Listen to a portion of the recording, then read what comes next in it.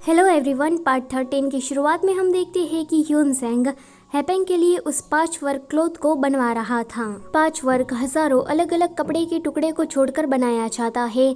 इसके लिए सभी लोग अपने अपने कपड़े का छोटा सा हिस्सा दे रहे थे। जब ये कॉस्ट्यूम रेडी हो जाता है तो ह्यूनसेंग खुद हैपेंग को ये पहनाने चाहता है एंड पूरी रात उसके साथ रुकता है। अगली सुबह हैपेंग को होश आ जाता है।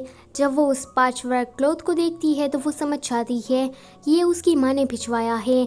सुफेंग से भी वो इसके बारे में एक बार पूछती है तो सुफेंग उसे कहती है कि आपने सही कहा, यह आपकी माँ ने ही भिजवाया है। लेकिन तभी ही हैपेंग एक फैब्रिक को देखती है एंड समझ जाती है कि ये ह्यूनसेंग ने बनवाया है। यहाँ पर ह्यूनसेंग बाकी मंत्रियों के साथ शियू के बारे में डिस्कस कर रहा था। वो लूसी से पूछता है कि तुम इसके बारे में क्या सोचते हो, तो लूसी कहता है कि ब्यूटीफुल। ह्यूनसेंग कहता है कि क्या, फिर वो भी लूसी की ही तरह सामने देखता है। सामने से हैपेंग आ रही थी। ह्यूनसेंग हैपेंग को देखकर बहुत ही ज्यादा खुश हो जाता है। हैपेंग कहती है कि तुम मेरे साथ चलो। ह्यूनसेंग कहता है कि मैं नहीं आ सकता क्योंकि मुझे अभी काम है। लूसी कहता है कि शियू वाला मामला मैं देख लूंगा, तुम चाहो तो हैपेंग के साथ जा सकते हो। आगे हैपेंग उसे रेनबो दिखाने के लिए लाती है। वो कहती है कि मैं यहाँ पर तुम्हें इसीलिए लाई हूँ ताकि मैं एक झूठे इंसान को सजा दे सकूं। ह्यूनसेंग कहता है कि लेकिन उस झूठे इंसान ने तुमसे झूठ इसीलिए बोला क्योंकि वो तुम्हें खुश देखना चाहता था। हैपेंग कहती है कि मेरी माँ ने कहा था कि झूठ बोलने वाले को सजा जरूर मिलनी चाहिए। तो वो कहता है कि बताओ मुझे कि मुझे क्या करना होगा। हैपेंग कहती है कि मुझे किस।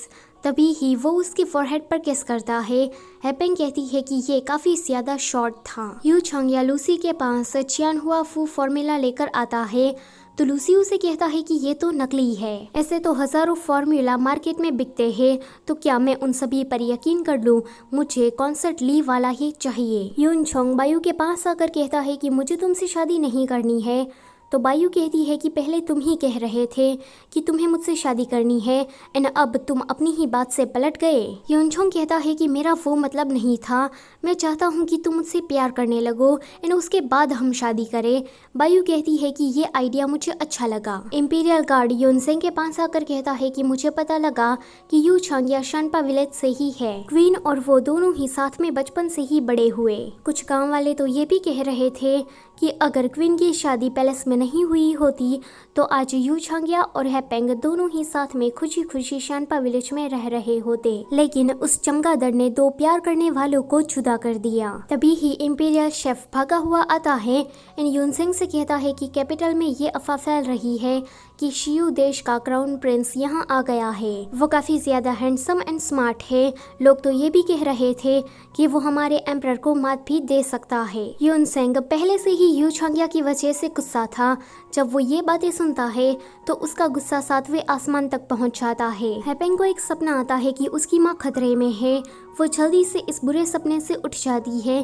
तभी ही दिए हवा के कारण बुझ जाते हैं। अब तो उसे पक्का वाला यकीन हो गया था कि उसकी माँ जरूर किसी न किसी खतरे में होगी। यहाँ पर लूसी बड़े गुस्से के साथ इंपीरियल पैलेस में एंटर करता है। वो यूनसेंग को ग्रीट ना करते हुए सीधा यू चांग्या के पास जाता है और उसे कहता है कि हैपेंग की माँ कहाँ पर है। यू चांग्या कहता है कि ये बात मुझे कैसे पता होगी। ये सुनकर लूसी उसे छोड़ देता है। यहाँ हैपेंग उसकी माँ को ढूंढने के लिए जाती है, लेकिन जब वो उसे नहीं मिलती तो वो दुखी होकर वापस आती है। यूनसेंग कहता है कि तुम चिंता मत करो, वो मिल जाएगी। तो हैपेंग कहती है कि क्या पता कि उसे किसी बुरे आदमी ने पकड़ लिया हो। तो यूनसेंग कहता है कि वो लूसी की वाइफ है, किसी की इतनी हिम्मत नहीं कि उसे कोई हार्म पहुंचाए। हैपेंग कहती है कि तुम मेरी माँ को ढूंढने में मेरी मदद करो ना। तो वो उसे मना कर देता है एंड कहता है कि मुझे अभी स्टेट अफेयर्स को संभालना है। यहाँ पर यू चांग्या अपने कुछ लोगों से कह रहा था कि जाओ और हैपेंग की माँ को ढूंढ कर लाओ, और हाँ ये भी पता लगाना कि किस बिना दिमाग के सुअर ने उसे किडनैप किया। तो उसकी बॉडीगार्ड कहती है कि मास्टर वो बिना दिमाग का सुअर आप ही है। यू चांग्या कहता है कि क्या मैं? तो उसकी बॉडीगार्ड कहती है कि हाँ आप ही। आप लूसी को इसके जरिए ब्लैकमेल करना चाहते थे। ये सुनकर यू चांग्या शॉक लेकिन वो फिर से नॉर्मल होकर कहता है कि कोई बात नहीं, अब मछली हमारे छाल में फंसी गई है तो हमें इसका यूज़ करना चाहिए। बाहर सभी लोग हैपेंग की माँ के लिए परेशान हो रहे थे। यहाँ पर हैपेंग की माँ जेल के अंदर मेट्स के साथ कार्ड्स खेल रही थी। हैपेंग यू छांग्या के पास जाती है और उसे कहती है कि तुम मेरी माँ को ढूंढने में मेरी मदद करो, तो यू छांग्या इसके लिए रेडी हो जाता है। यहाँ पर यून सेंग अकेले ही हैपेंग की माँ को ढूंढने के लिए जाने वाला था। एक्चुअली में उसने हैपेंग को इसलिए मना किया था क्योंकि वो नहीं चाहता था कि हैपेंग फिर से कोई खतरे में पड़ जाए। यहाँ हैपेंग और यू छांग्या दोनों ही उस जगह पर पहुंच जाते हैं। यू छांग्या को पहले से ही ये बात पता थी कि यहाँ पर कदम कदम पर छाल बिछाए हुए हैं। वो जानबूझकर एक बटन को प्रेस करता है। हैपेंग जैसे ही खतरे में पड़ने वाली थी तो यू छांग्या उसे बचा लेता है एंड ऐसा वो एक बार नहीं पर कहीं बार करता है। हैपेंग उस जेल को देखकर समझ जाती है कि उसकी माँ यहाँ पर आई थी। उसे लगता है कि यहाँ पर जरूर कोई सीक्रेट रूम होगा, तो वो उसका बटन ढूंढने लगती है। जैसे ही वो एक बटन को प्रेस करती है तो उस पर तीर बरसने वाले थे, लेकिन यूनसेंग आकर उसे बचा लेता है। यू छांग्या कहता है कि ये कहाँ से आ गया। हैपेंग यूनसेंग को पहचान लेती है, लेकिन वो उससे ज्यादा कुछ कह पाती उससे पहले ही वो गिरकर बेहोश हो जाती है। हैपेंग की माँ अभी लूसी के घर पर थी एंड वो उन दोनों मेट्स को चकमा देकर भाग आई थी। हैपेंग को जब होश आता है तो उसे पता लगता है कि उसकी माँ अभी लूसी के घर पर है। ये सुनकर वो खुश, लेकिन जब उसे यूनसेंग के बारे में ख्याल आता है तो वो फिर से गुस्सा हो जाती है। अभी यूनसेंग ट्रेनिंग ग्राउंड में था, तभी ही वहाँ पर यू छांग्या आता है। यू छांग्या को देखकर सारी लड़कियां उसके पीछे मक्खियों की तरह मंडराने लगती है। यूनसेंग यू छांग्या के पास जाकर उसे कहता है कि मैं तुम्हें फाइट के लिए चैलेंज करना चाहता हूँ, तो यू छांग्या कहता है कि चैलेंज एक्सेप्ट है। उसके बाद वो दोनों लड़ना शुरू कर देते हैं। तभी ही हैपेंग आती है और कहती है कि बस करो तुम दोनों। वो यूनसेंग से कहती है कि तुम्हें स्टेट अफेयर्स के काम करने चाहिए और तुम यहाँ पर लड़ने आ गए। मेरी माँ ने ठीक कहा था, ये सारे मर्द गलती करके एक्सेप्ट ही नहीं करते। यू छांग्या कुछ बोलने चाहता उससे पहले ही हैपेंग कहती है कि तुम तो चुप ही रहना, मैं अपने हस्बैंड को लेक्चर दे रही हूँ तो तुम्हें बीच में बोलने की कोई जरूरत नहीं है। यूनसेंग कहता है कि देखा, सुन लिया। तो हैपेंग कहती है कि और तुम्हें हमेशा ये क्यों लगता है कि तुम कूल एक्ट कर रहे हो? तुम्हें ये लगता है कि तुम मुझे डेंजर में देखकर मुझे बचा लोगे एंड तुम मेरे हीरो बन जाओगे? यूनसेंग कहता है कि क्या कहा? तो वो इतना कहकर वहाँ से चली जाती है। आगे हैपेंग यूनसेंग से बात करना बंद कर देती है, तो यूनसेंग उससे मिलने के लिए आता है तो हैपेंग दरवाजा ही नहीं खोलती। ऐसा काफी देर तक चलता है। एक दिन हैपेंग जब लंच करके बाहर टहल रही थी तो यूनसेंग उसके पास आकर कहता है कि तुम मुझे इग्नोर क्यों कर रही हो? तो हैपेंग उससे कहती है कि तुमने मुझसे झूठ बोला इसीलिए। यूनसेंग कहता है कि वो तो तुम हो जिसने मुझसे झूठ बोला। हैपेंग कहती है कि मैंने तुमसे कब झूठ बोला? तो यूनसेंग कहता है कि यू छांग्या वही लव लेटर वाला शुआन है, ऊपर से वो तो तुम्हारे साथ शानपा विलेज में भी रहता था। हैपेंग कहती है कि मैंने तुम्हें बताया तो था। वो कहता है कि कब? हैपेंग उसे याद दिलाती है। यूनसेंग कहता है कि उस दिन। हैपेंग कहती है कि तो तुमने उस दिन कुछ भी नहीं सुना था, लेकिन तुमने ऐसा नाटक किया जैसे कि तुम्हें सब पता हो। हैपेंग उसे कहती है कि वैसे तुम्हें क्या पता है कि तुमने क्या गलत किया है? यूनसेंग कहता है कि वेल, तो वो कहती है कि तुम मुझे उस दिन बचाने के लिए आए थे। दूसरी तरफ बायू अपनी स्टोरी लिख रही थी। यूनछोंग आकर कहता है कि अच्छा, तो तुम इस कहानी की राइटर हो। मैं तो इस कहानी का बहुत बड़ा फैन हूँ और ये जो तुम्हारी कहानी है ना, उसमें मुझे सेकंड मेल लीड बहुत ही ज्यादा पसंद आता है। एक्चुअली मैं उस बायू की कहानी में सेकंड मेल लीड का जो कैरेक्टर था वो यूनछोंग पर ही बेस्ड था। यूनछोंग कहता है कि सेकंड मेल लीड बहुत ही ज्यादा क्यूट है एंड वो फीमेल लीड के लायक है। फिर वो उसे आगे कहानी में क्या क्या करना चाहिए उसके इंस्ट्रक्शन देने लगता है।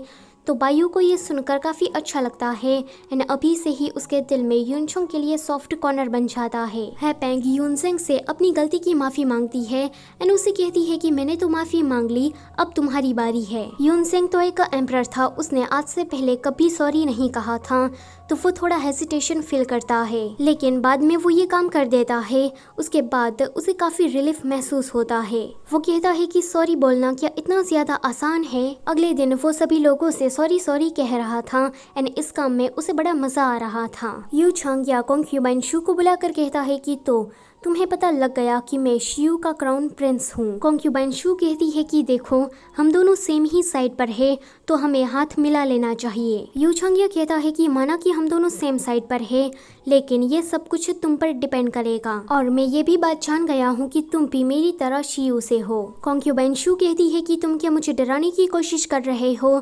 तो देखो मैजेस्टी और एम्प्रेस टाउचर इन दोनों को ही पता है कि मैं शियू से हूँ। तो यू चंग कहता है कि तुम सिर्फ शियू की आम नागरिक नहीं लेकिन तुम उसकी जासूस भी हो। तुम्हारे साथ बहुत सारे लोग काम करते हैं।